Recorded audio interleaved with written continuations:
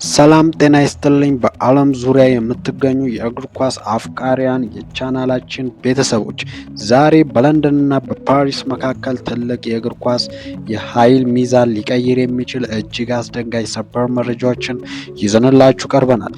የወቅቱ የእንግሊዝ ፕሪምየር ሊግ አሸናፊና ባለ ክብር የሆነው አርሰናል የፊት መስመሩን ይበልጥ ገዳይና አስፈሪ ለማድረግ በክረምቱ የዝውውር መስኮት መጋረጃውን ቀዷል።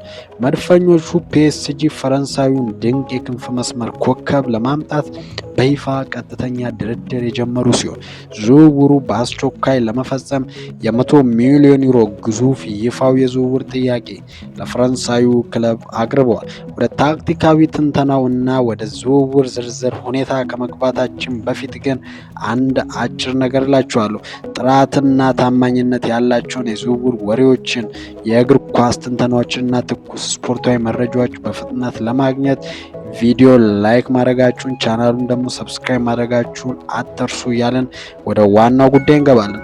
ነገሩን ከመሰረቱ ስንመለከተው አርሰናል በክንፍ መስመሩ ላይ አስተማማኝ እና ጎል አስቆጣሪ የነበረውን ቤልጂየማዊውን ኮከብ ሊያንድሮ ትሮሳርድን ለቱርኩ ክለብ አሳልፎ መሸጡ ይታወሳል። የትሮሳርድን መልቀቅ ተከትሎ በአሰልጣኝ ሚካኤል አርቴታ ስብስብ ውስጥ በግራ መስመር ማጥቃት ላይ ትልቅ ክፍተትም ተፈጥሯል። አሰልጣኝ ሚካኤል አርቴታ ይህንን ክፍተት በጥራት ለመሙላት እናም የቡድኑን ፍጥነት ወደ ላቀ ደረጃ ለማሻሻል የመጀመሪያና ቀዳሚ ምርጫ ያደረገው የፒኤስጂውን ድንቅ የክንፍ ተጫዋች ነው። ይህ ወጣት ኮከብ ባለፉት የውድድር ዘመናት በፈረንሳይና በአውሮፓ መድረክ ያሳየው እጅግ አስደናቂ ብቃት ለአርሰናል የፊት መስመር ፍጹም ገዳይ መፍትሄ መሆኑን አርቴታ በጽኑ ያምናል። ይህ ዝውውር ለአርሰናል አልጋ ባልጋ ሊሆን የሚችልበት ትልቅ እድል አለ። ምክንያቱም ፈረንሳዊ ወጣት ኮከብ ከዚህ ቀደም ለአርሰናል ክለብ ያለውን ጥልቅ አድናቆት በግልጽ መስክሯል። በዚህ ታላቅ ክለብና በአርቴታ ስር መጫወት ለስራው ትልቅ ኩራትና ክብር እንደሆነ መግለጹ የአርሰናል በዝውውር ገበያው ላይ ትልቅ የበላይነት እንዲኖረው አድርጓል። አሁን ላይ የወጡ ትኩስ መረጃዎች እንደሚያረጋግጡት በአርሰናልና በፓሪሲያን ሴንቲ ጀርመን ከፍተኛ አመራሮች መካከል ቀጥተኛና ንቁ ንግግር በይፋ ተጀምሯል። አርሰናል ዝውውሩን በአስቸኳይ ለመፈጸም ያለውን ቁርጠኝነት ለማሳየት ለመጀመሪያ ጊዜ እጅግ ከፍተኛ ይሆናል የ100 ሚሊዮን ዩሮ ይፋዊ የዝውውር ጥያቄ ለፈረንሳዩ ክለብ አቅርቧል። ይህ ታላቅ የገንዘብ መጠን በፒኤስጂዎች ዘንድ ሙሉ ተቀባይነትን እንደሚያገኝ የውስጥ መረጃዎች በስፋት እየጠቁሙም ይገኛሉ። ነገሮች በሙሉ ፍጹም ፈጣን በሆነ መንገድ እየተጓዙ ይገኛል።